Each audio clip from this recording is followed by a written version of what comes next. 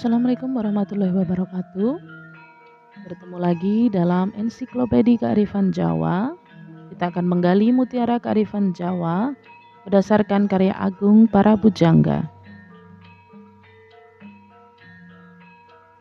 Yang kedua, kali ini kita akan mengisahkan tentang Kakawin Samaradahana dan terbakarnya Kamajaya.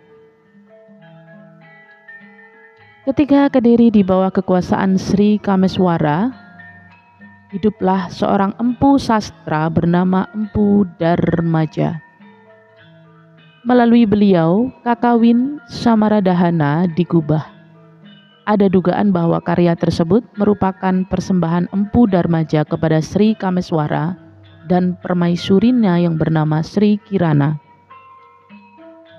Sebagai karya sastra yang bernuansa romantik, Kakawin Samaradahana sangat menarik untuk disimak.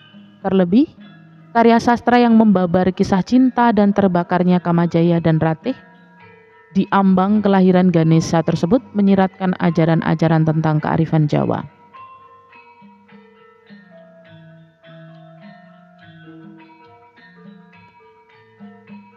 Kisahnya sebagai berikut.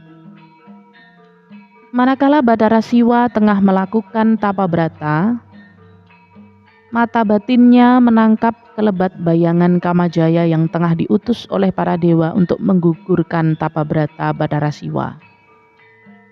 Karena tidak dapat digugurkan tapa brata Bathara Siwa dengan cara halus, Kamajaya melepaskan panah Pancawisesa, panah yang akan menggugah 5 hasrat panca indera. Hasrat mendengar suara merdu, hasrat menyayat hati, hasrat mengenyam makanan lezat, hasrat meraba sesuatu yang lembut, hasrat mencium aroma harum, dan hasrat memandang yang serba indah. Tertembus Pancawisesa, Bathara Siwa sontak rindu pada permaisurinya Dewi Uma. Namun, sesudah Bathara Siwa mengetahui bahwa itu hanya Kamajaya, maka ditataplah Kamajaya dengan mata ketiganya. Terbakarlah tubuh Kamajaya. Menyaksikan Kamajaya terbakar, Ratih, istri Kamajaya, melakukan bela dengan mencebur diri ke dalam kobaran api yang membakar suaminya. Apa yang dialami oleh Kamajaya dan Ratih? Para dewa memohonkan ampun keduanya kepada Bathara Siwa. Oleh Siwa, permohonan para dewa tidak dikabulkan. Bahkan melalui sabdanya, Kamajaya diturunkan ke dunia untuk menjelma ke dalam jiwa Sri Kameswara, sedangkan Ratih menjelma ke dalam jiwa Sri Kirana. Manakala Bathara Siwa duduk berdua dengan Dewi Uma, para dewa, termasuk Bathara Indra beserta gajah-gajahnya datang menghadap. Melihat gajah milik Bathara Indra, Dewi Uma ketakutan. Maka kelak Dewi Uma yang tengah mengandung itu melahirkan putra berkepala gajah bernama Ganesha. Sesudah kelahiran Ganesha, kahyangan kedatangan musuh berwujud raksasa bernama Nilarudraka. Oleh para dewa, Ganesha dijadikan senopati perang untuk menghadapi Nilarudraka. Sewaktu bertanding melawan Nilarudraka, Ganesha yang masih kecil itu justru semakin dewasa dan sakti. Hingga Nilarudraka yang semakin terdesak itu tewas di tangan Ganesha. Kemudian seluruh dewa di kahyangan bersuka cita. Begitulah cerita ringkasan dari Kakawin Samaradahana dan terbakarnya Kamajaya. Apa ajaran kearifan Kakawin Samaradahana?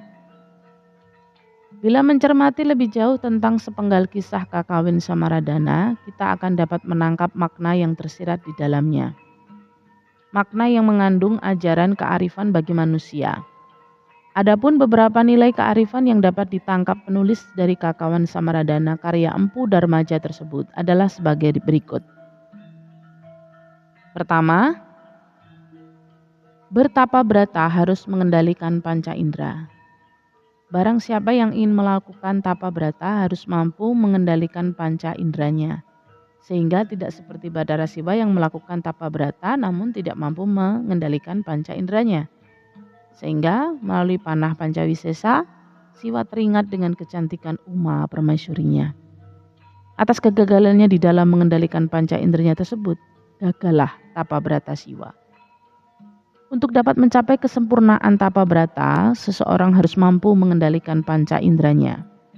Pertama, seorang harus mengendalikan indera telinga, artinya jangan mudah tergoda dengan suara merdu atau sebaliknya suara yang menyayat hati. Kedua, seorang harus mengendalikan indera mulut, artinya jangan mudah tergoda untuk menyantap makanan yang lezat dan manis. Ketiga, seorang harus mengendalikan indera mata, artinya jangan mudah tergoda dengan pemandangan yang indah ataupun memilukan. Keempat, seorang harus mengendalikan indera penciuman atau hidung, artinya jangan mudah tergoda untuk mencium sesuatu yang beraroma wangi atau harum semerbak. Terakhir, seseorang harus mengendalikan indera perabaan, artinya jangan mudah tergoda untuk meraba sesuatu yang lembut dan merangsang birahi. Yang kedua, tindakan dan pikiran negatif berakibat buruk. Seorang arif dan bijaksana hendaklah tidak bertindak dan berpikir negatif, karena akan mengakibatkan sesuatu yang buruk. Sebagai misal, tindakan negatif Siwa terhadap Kumajaya dan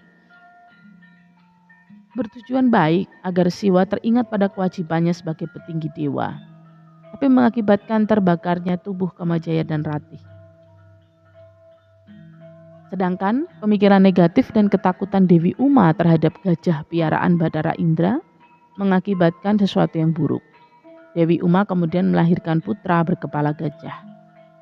Berangkat dari peristiwa itu, maka terdapat suatu ajaran tak tertulis untuk seorang ibu hamil, di mana seorang wanita yang tengah mengandung anak tidak diperbolehkan berpikiran buruk terhadap apapun atau siapapun, karena pemikiran buruk tersebut akan berpengaruh pada anak yang tengah dikandungnya. Ajaran yang ketiga, dilarang menyepelekan seseorang. Banyak orang yang merasa gagah dan memiliki kelebihan cenderung menyepelekan seseorang yang dianggap lemah. Karena dengan menyepelekan, seseorang tidak akan pernah waspada terhadap lawan yang dihadapinya. Ajaran ini telah ditunjukkan dalam Kakawin Samaradhana dengan kisah tewasnya raksasa Nila Rudraka karena menyepelekan anak kecil bernama Ganesha. Di samping kisah tentang pertarungan Ganesha dengan Nila Rudraka yang berakhir dimenangkan oleh dewa kecil itu, memberikan pelajaran bahwa seseorang yang tidak memiliki kelebihan namun berusaha secara kontinu maka akan meraih kelebihan. Sementara seseorang yang merasa memiliki kelebihan hingga tidak berusaha lagi untuk meningkatkan kelebihannya justru akan mengalami kemunduran. Bukankah pisau tumpul bisa berubah tajam bila diasah? Bukankah pisau tajam akan menjadi tumpul bila tidak pernah bersentuhan dengan batu asahan? Demikian ketiga kearifan yang ada pada Kakawin Samaradhana. Semoga kisah ini memberikan pelajaran kepada kita semua. Selamat pagi, Sugeng Enjang. Terima kasih telah mengikuti Ensiklopedia Kearifan Jawa, telah mengikuti channel kami. Apabila Anda suka dengan kisah-kisah kearifan Jawa, maka jangan lupa di-subscribe dan dibagikan. Demikian saya akhiri, kita lanjut nanti bagian